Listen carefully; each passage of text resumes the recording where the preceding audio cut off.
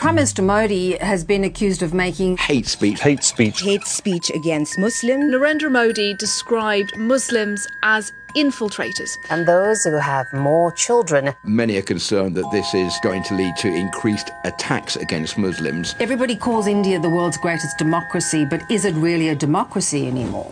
पूरी दुनिया में प्रधानमंत्री मोदी के भाषण की निंदा होने लगी है। बड़े बड़े अखबार, मीडिया संस्थान चिंता व्यक्त करने लगे हैं, चेतावनी जारी करने लगे हैं। लोग भारत के लोकतंत्र के भविष्य को लेकर चिंतित हो गए, संविधान के अस्तित्व को लेकर चिंतित हो गए। प्रधानमंत्री मोदी ने कांग्रेस पर हमले का गेयर एकदम बदल दिया। कांग्रेस की दुखती रग पर हाथ रख दिया है। कांग्रेस के इकोसिस्टम में पूरी तरह से छटपटाहट दिख रही है। पूरा इकोसिस्टम पॉपकॉर्न की तरह उछल रहा है, फात फात फात फात।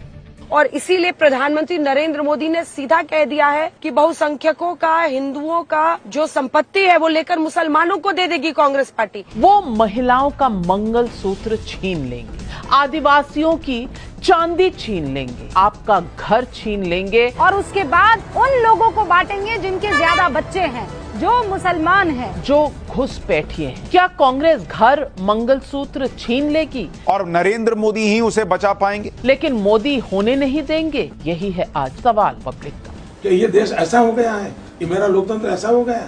मोदी जी आपको शर्म नहीं आती? सेलुलर जेल में रहते हुए सावरकर ने 6 बार अंग्रेजों को माफीनामा भेजा। आखिरकार सावरकर काला पानी की 9 साल 10 महीने की सजा काटने के बाद रिहा कर दिए गए। मई 1921 में सावरकर को अंडमान से भारत भेज दिया गया। वो अगले 3 साल तक पुणे की यरवड़ा जेल में रहे। जेल के रिकॉर्ड में सावरकर की रिहाई की शर्त दर्ज है, जिसके मुताबिक सावरकर ने ब्रिटिश हुकूमत को लिखा कि अगर उन्हें रिहा किया गया तो वो भारत की आजादी की लड़ाई छोड़ देंगे और हमेशा अंग्रेज सरकार के वफादार बने रहेंगे। स्वतंत्रता आंदोलन में वीर सावरकर के योगदान को क्या इतिहास के पन्नों में सही जगह नहीं मिली है? वीर तुम बढ़े चलो संस्कृति मंत्रालय का आर्टिकल आखिर इस तरह के संदेश और संकेत देकर क्या बताना चाहता है? क्या वास्तव में अब वक्त आ गया है जब इतिहास के पन्नों में उनके सही भूमिका को दर्ज करवाया जाए? 5 बजे दंगल में इसी बात को लेकर बड़ी चर्चा करेंगे। आज तक पर मेरे साथ आप जरूर जुड़िएगा। मुख्यमंत्री ने कहते थे किसी गरीब की झोपड़ी पर बुलडोजर नहीं चलेगा, गुंडा माफिया पर चलेगा। क्या हम लोग गुंडा माफिया हैं? विकास नहीं विनाश हो रहा है। कौन कह रहा है विकास हो रहा है? किसी को सोए हुए में घर गिरा दो तो विकास है कि विनाश है?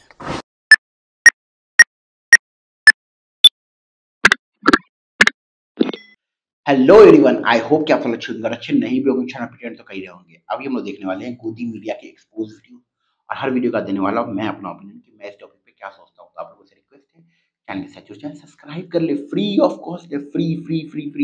स्टार्ट करते हैं। निर्मला जी, मैं सच कहता हूं, पहले तो मैं ये बजट वगैरह कुछ जानता नहीं था, मेरा सब्जेक्ट ही नहीं है। कुछ साल पहले कोशिश की समझने की, लेकिन जब तक वो समझ में आती थी बात, तब तक आपका नेक्स्ट बजट आ जाता था। तो फिर मैंने क्या किया, क्योंकि एक पार्टी का चीफ हूं, जैसे बजट आ जाता है रिएक्शन तो देनी पड़ती है। तो मैंने शुरुआत की, एक दिन पहले ही रिएक्शन दे दूं। क्या है रिएक्शन? क्या है? निर्मला जी ने बजट पेश किया, आपकी रिएक्शन क्या है? कुछ नहीं, गरीबों को गरीब, अमीरों को अमीर करने वाला बजट, मिडिल क्लास को कुछ मिलने वाला नहीं है, जीडीपी गिरने वाला है। दूसरा क्या है? फिस्कल डिफिसिट हो। दीपक भाई बरोबर है कि नहीं रिएक्शन? नहीं, अभी आपके सामने वो कुछ बोलेंगे नहीं, लेकिन मेरे कानों में तो वही बोलते हैं।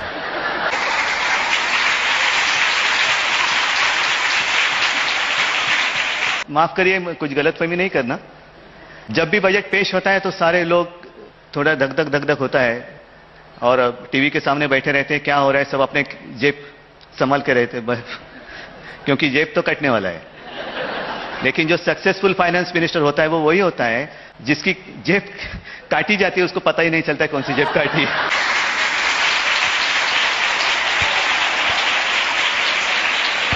तो आप बताइए कि आप सक्सेसफुल हो? इस बात को तो मैं बहुत प्राउडली बोलूंगा कि देश के अंदर ऐसी फाइनेंस मिनिस्टर पहले कभी नहीं आए, ना आने चाहिए। जिस तरीके से ये सवालों से भागती हैं, अगर महंगाई पे सवाल करो तो बोल देते हैं हम प्याज लहसुन खाते ही नहीं है, ठीक है। हर चीज पे टैक्स, हर चीज पे जिस तरीके से जीएसटी, हर तरीके से जिस तरीके से पूरी तरीके से इनका पूरा प्लान ये रहता है कि गरीब को लूट लो, अमीर को और अमीर बनाओ, मिडिल क्लास को दबा के रखो, यही इनका तरीका है। बिजनेसमैन को बिजनेस मत करने दो, ठीक है। हर तरीके से इनका प्लान है और यही रीजन है कि आपको अक्सर देखने को मिलता है कि बड़े बड़े बिजनेसमैन, बड़े बड़े ये लोग हिंदुस्तान छोड़ के कहीं और इन्वेस्ट करते हैं, हिंदुस्तान छोड़ के कहीं और चले जाते हैं। रीजन ये रहता है इतना टैक्स है, इतना स्लैब में टैक्स है, इतनी चीजें हैं ना कि ये इंसान को लूट पोट के खा जाएंगे ये लोग, ठीक है। और इनका बजट ही ऐसा बनता है कि गरीब गरीब रहे, अमीर अमीर रहे, बस और कुछ नहीं। मिडिल क्लास को तो ये लोग इज्जत ही नहीं देते हैं। चलो अगला देखते हैं। You had a tough day. It was up and down. Rahul and I were looking at your seat closely. There was a small period when you appeared to be trailing, but you won. Congratulations. Rajdeep, a small correction. I was never trailing actually. You were showing it incorrectly. I was up 18,000 in the third round and I never played. So that was something true to India today. Showed it incorrectly. Number one. Okay. Number two, I'm very happy that you made a disclosure about Sagarika. But you seem to be the only gentleman left in India today, because the rest of them were all the media who were paid by the BJP, never put out any disclosures when they went out tom-tomming the BJP's way before it even happened. So I think thank you for being the only gentleman on board. भाई साहब बगल वाला पत्रकार बोलेगा मुझे क्यों तोड़ा, मेरी क्या गलती थी भाई, उसको लपेटे, मुझसे सवाल किया, मुझे लपेट दिया। भाई साहब है भाई, अगर तुम दलाली करोगे, तुमको दलाल बोलने से एक दिन हिम्मत करेगा लोग, कल हिम्मत करेगा, परसों हिम्मत करेगा, लेकिन तुमको एक दिन दलाल तो बोलेगा ही बोलेगा। लोग बोलते गोदी मीडिया क्यों? अभी आप सोचो ना कि 2014 से पहले कहाँ कोई गोदी मीडिया शब्द का इस्तेमाल करता था। लोग देख के तंग आ गए, लोगों को दिखा कि भाई यहाँ पे तुमको बोलना था इमली लेकिन तुम बोले आम, यहाँ पे तुमको बोलना था अमरूद तुम बोले केला। लोगों को दिखा, आंख से दिखा। लोग तो बोलेंगे ना कि भाई तू बिक चुका है क्या, तू दलाल है क्या, तू गोदी मीडिया है क्या। तब से आया। इससे पहले भी कई सारे पत्रकार रहे हैं जो कांग्रेस के टाइम पे भी कांग्रेस की चाटते रहे हैं, कांग्रेस के लिए काम करते रहे, लेकिन तब उनको गोदी मीडिया नहीं बोला जाता था, क्योंकि तब वो लोग जेन्युइन सवाल भी करते थे, वो नेताओं को घेरते भी थे। नेता प्रेस कॉन्फ्रेंस करते थे, उसको तरीके से जवाब देते थे। वो जब भी प्रेस कॉन्फ्रेंस जाते थे खतरनाक सवाल आते थे उनसे, उनकी वाट लगा देते थे। मोदी जी की कई सारी वीडियोज आपने देखा होगा, पानी मांगना पड़ गया मोदी जी को, ऐसे थे पत्रकार। अब दलाल हैं तो दलाली करेंगे तो दलाल सुनेंगे भी। बाकी आपका क्या ओपिनियन है कि पत्रकार दलाल है कि नहीं, कमेंट बताना। चलो अगला देखते हैं। अब आप आवाजें देखेंगे, मजा आएगा पार्लियामेंट कवर करने में। समाजवादी पार्टी के 30-35 लोग आ रहे हैं, घेर लेंगे। मंत्री जी का जवाब है सुनो तो भी नहीं, ये मंत्री का जवाब है। पाक ऑक्युपाइड कश्मीर किसका हिस्सा है ये सरकार बताए।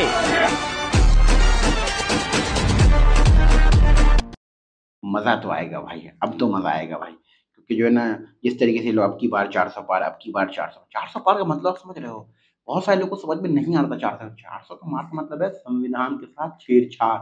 400 पार का मतलब है संविधान में कभी भी बदलाव। 400 पार का मतलब है कि आप बर्बाद हो चुके हो पूरी तरीके से। अब सरकार आपको जिस तरीके से वैसे भी घुमा रही है, ऐसा नहीं कि अभी आपको घुमा नहीं रही है, लेकिन तब सरकार जो चाहे, जैसा चाहे, जहां चाहे, जब चाहे करेगी और आपको उस चीज को एक्सेप्ट करना पड़ेगा। ये आलम हो जाता है। बहुत प्राउड की बात है कि इंडिया अलायंस ने बहुत मेहनत किया, मिलजुल के मेहनत किया और हमारे देश के संविधान को बचा लिया। भले सरकार उनकी बनी, लेकिन संविधान हमारा बच गया। ये बोलो संविधान में कभी भी छेड़छाड़ कर सकते हैं।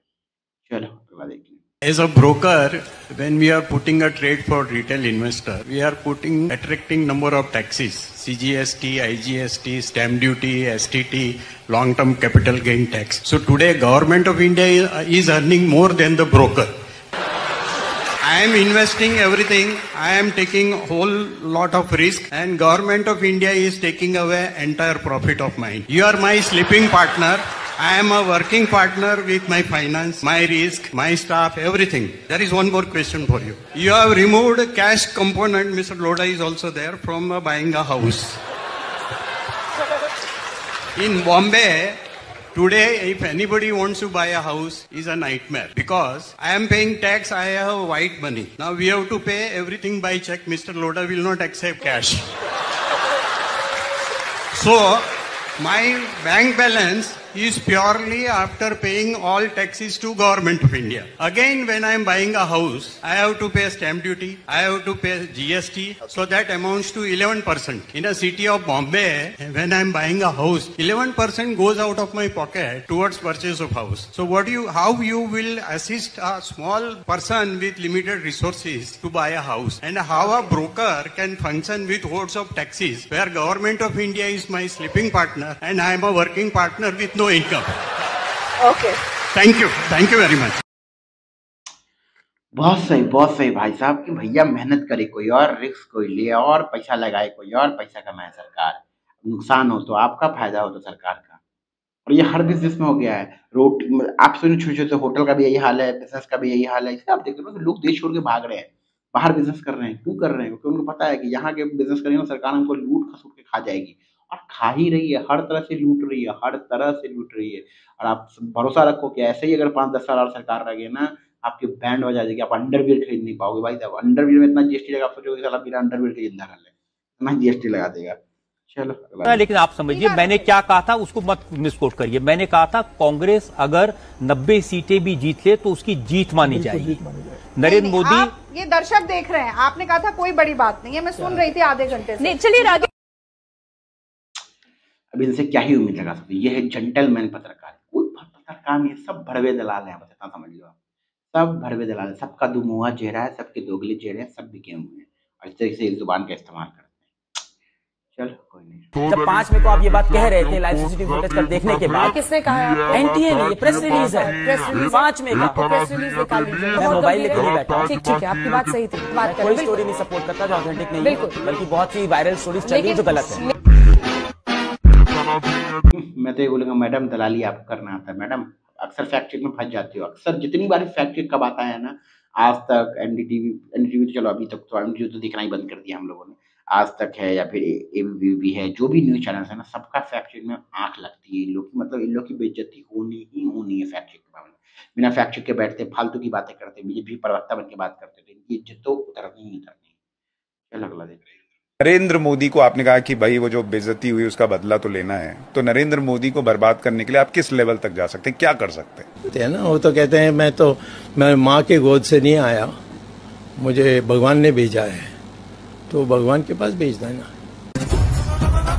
भाई मोदी जी क्या बोलते हैं, क्या करते हैं, क्या सोचते हैं, उन सबसे हम लोग को इतना ही समझने की जरूरत पड़ती है कि मोदी जी बस फेंकते हैं, बस इतना ही समझो। आप सोचो ना यार, जेन्युइन सवाल आप करोगे नहीं, उस इंसान को आप इतनी तरबियत, मतलब प्रधानमंत्री तो इज्जत तो मिलनी चाहिए, लेकिन इतना ज्यादा आप उसको जो ना, मतलब जो ना गरीब के मुद्दे नहीं रखते हो आप, बेसिक सवाल नहीं रखते हो आप। जब तो नम नहीं रखोगे तो वो इंसान तो फालतू की बातें करेगा ना, कि पर्स बॉले टाकंगी यही सब तो करेगा ना, कि हम पैदा नहीं हुए, हमको आर्टिफिशियली बनाया गया, नाली का पानी पकौड़ा बेच लो, यही सब बात करेगा। और तो पूरी दुनिया देख के हम लोग का मजाक उड़ाएगी कि भाई साहब पैसा प्रधानमंत्री इसका फालतू बात कर रहा है। बाकी अब आपका क्या ओपिनियन है प्रधानमंत्री जी को लेकर, कमेंट में बताइए। मिलते हैं वीडियो में, कमेंट सेक्शन में। चैनल से जुड़ जाए, अपना ख्याल रखिए, बाय बाय।